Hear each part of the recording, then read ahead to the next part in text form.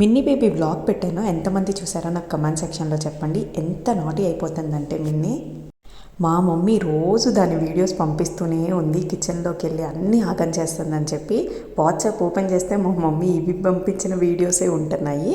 ఇవన్నీ చేసేవన్నీ చేసిద్ది, మళ్ళీ ఏం తెలియని దాకా సైలెంట్గా ఉండిద్ది. ఇవన్నీ అది పెద్దయ్యాక చూసుకుంటే భలే క్యూట్గా ఉండిద్ది. అందుకే అన్నీ క్యాప్చర్ చేస్తున్నా నేను. అసలు బయలుదేరు పిల్లకాయ అమ్మా.